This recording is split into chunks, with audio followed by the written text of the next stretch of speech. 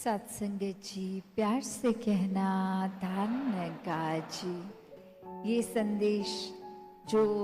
इस जीवन को एक जीने की कला, एक असली रूप में इंसान होने का प्रमाण, कि जितना इस परमात्मा के गुणों से अपने आप को मिलाएंगे उतना ही ये रूहानियत भी जीवन में घुसेगी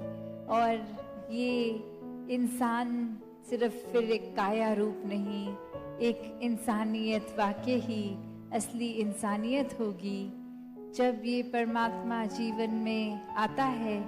क्योंकि ये तो हर समय ही मौजूद है। सिर्फ फर्क वही कि हम कब इससे जुड़े हैं। ये संसारिक रूप की माया तो हर समय अपने अलग अलग रंग दिखाती है, तो कब कब एक मन वाकई ही इस परमात्मा से जुड़ा है तो एक जीवन में परिस्थितियां अलग अलग भी आ जाती हैं। एक अपने मन के भी हमारे ऐसे खेल हो जाते हैं कि कभी तो ये मन बहुत ही शांत होता है, कभी इतनी उथल पुथल होती है, कभी मन में एक भाव एक विपरीत दिशा वाले आ जाते हैं और कभी कैसे विनम्र भी हो जाता है दिल। तो कैसे इस दिल को हर समय के लिए सहज रखें, पावन रखें। इस परमात्मा के सहारे से ही ऐसा हो सकता है कि हर समय एक रस ये मन भी हो जाएगा, फिर ये एक लहर जैसी एक उछाल इस मन में नहीं आएगी। एक सहजता रूप एक मन में जितना ज्यादा परमात्मा को बिठाएंगे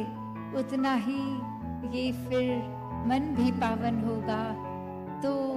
एक मन की जहाँ बात है वहाँ एक चरित्र भी उसमें आता है, सोच भी उसमें आती है। एक हमारे भाव जो एक हमारे जीवन में हम प्रदर्शित करते हैं वो भी फिर यही कि अगर अहंकार है या मन में किसी से मनमुटाव है, कुछ भी उस रूप के एक तरंगे उठ रही हैं तो उसको भी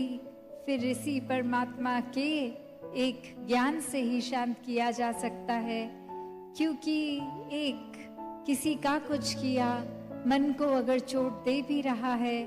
तो हमने कैसे खुद को उस परिस्थिति में भी ठीक रखना है। हर एक के साथ मन को इस प्रकार जोड़ के कि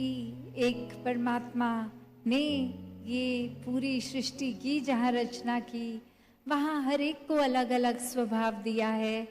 तो सिर्फ किसी का स्वभाव हमारे स्वभाव से अलग है तो ये कारण एक नफरत का नहीं होना चाहिए, इससे तो अपनत्व और बढ़ना चाहिए। क्योंकि जितने अलग अलग सबके स्वभाव उतनी यूनिकनेस उनकी, और वहीं इतना कुछ सीखने के लिए ये मन में करुणा दया विशालता जितनी रखेंगे इस परमात्मा के सहारे से ही जो कि रखी जाएगी, तो ये ऐसा करने से फिर एक जीवन में भी एक सुखद रूप, एक आनंद रूप, कि फिर कुछ ऐसा तो नहीं होगा कि हम अगर आर्थिक रूप में कम हैं तो एक धन दौलत आ जाएगी, या फिर कोई अगर शरीर की पीड़ा है वो एक चली जाएगी। नहीं, परिस्थितियां तो वही रहेंगी, पर मन की अवस्था, ये दृष्टि, एक हर समय का सुकून फिर भी रहेगा।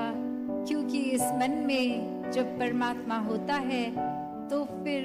चहुं ओर वो सुकून ही, वो एहसास ही रहता है। और फिर किसी को हम एक बुरी दृष्टि से नहीं देखते, किसी में कोई ऊंच नीच के भाव, कोई वैर विरोध नफरत के भाव नहीं आते। एक हर कोई पूजने लगता है, हर किसी में यही परमात्मा दिखता है। तो एक जहाँ कंपैशनेट होने की बात है और एक अक्सर ये मन मंदिर की बात होती है कि इस मंदिर में इस परमात्मा को बिठा लिया, इस मन में इस परमात्मा को बिठा लिया, तो वाकई ही हम खुद ही मंदिर हो गए, एक चलता फिरता परमात्मा का प्रमाण हो गए। और ये तो नफरत से हासिल नहीं होगा, ये किसी को एक आंसू देख के नहीं, आंसू पोंछने वाले भावों से होगा, एक हर एक के गम में शामिल होके होगा। हर एक को कैसे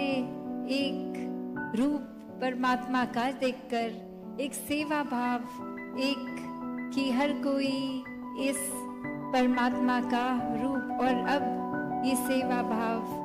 कि सिर्फ उस वजह से नहीं कि किसी को कोई जरूरत है और हमारे पास वो बल है कि उसकी जरूरत को पूरा कर दें, नहीं, ये बल भी परमात्मा ने ही दिया है। तो हम होते कौन है कुछ किसी को मदद देने वाले। तो बात वही कि जो कुछ इस परमात्मा का है, इस परमात्मा की ही सृष्टि को अर्पण, एक मन को खाली बनाना होगा, मन को अहंकार से एक ऊपर उठाना होगा, इस कर्ता भाव को मिटाना होगा, एक सेवा में, मानवता के कल्याण में जीवन को लगाना होगा, और कोई कंपल्शन की तरह नहीं, एक कोई इसलिए नहीं कि ऐसा करने से हम बेहतर इंसान बन जाएंगे, अच्छे कर्म करने से नहीं, एक मन में भाव वही कि अच्छे कर्म तो बाय प्रोडक्ट होंगे जब मन में ये परमात्मा है। और फिर भक्ति भी फिर उस भाव से ही है कि संसार को त्याग के नहीं भक्ति करनी, इस समाज, इस परिवार, इस संसार में रह के भक्ति करनी है, अपने कर्तव्यों का पालन करके भक्ति करनी है, कोई उदासी से मुंह लटका के भक्ति नहीं करनी, एक खुशी से मन झूम झूम कर इस परमात्मा के एहसास में रहता है। जब इस प्रेम में एक मन इतना डूबा रहता है कि फिर ये सहज रूप की भक्ति, हर पल की भक्ति, तो जहाँ इस संसार में हमें रहना भी है, वहाँ इस संसार से ऊपर उब के एक उठे हुए रूप में वैसे विचरण करना है। ये चीजों ने आना है, जाना है, एक भावों ने आना जाना है, इच्छाओं ने भी कभी खत्म नहीं होना। तो फिर ऐसा क्या है कि हम हर समय सहज रह पाएंगे। तो बात वही कि जब इस परमात्मा के द्वारा दी गई चीजों का इस्तेमाल भी एक सदुपयोग रूप में हो, हर एक की भलाई के लिए हो, अपनी भलाई के लिए हो, तो ही वो साधन भी मुबारक हैं। वरना तो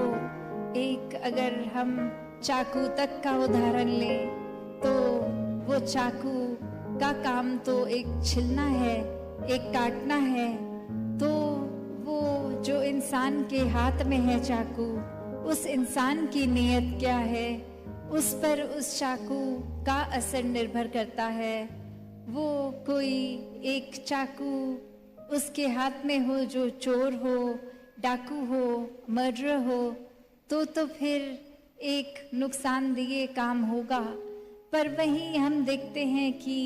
एक सर्जिकल नाइफ जब किसी सर्जन के हाथ में होती है, एक डॉक्टर के हाथ में होती है,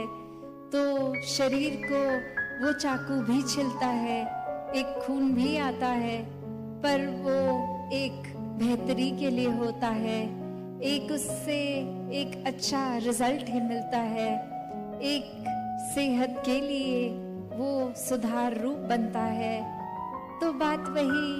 कि ये साधन भी इस परमात्मा ने दिए हैं, हमें अपनी सोच को ठीक रखना है, उन साधनों को मिसयूज नहीं करना, उनको भी उसी परमात्मा, ये जो हम हर समय अंगसंग है कि जो इतने साधन दिए, वो साधन रूप को भी हम फिर परमात्मा के एहसास में अगर इस्तेमाल करेंगे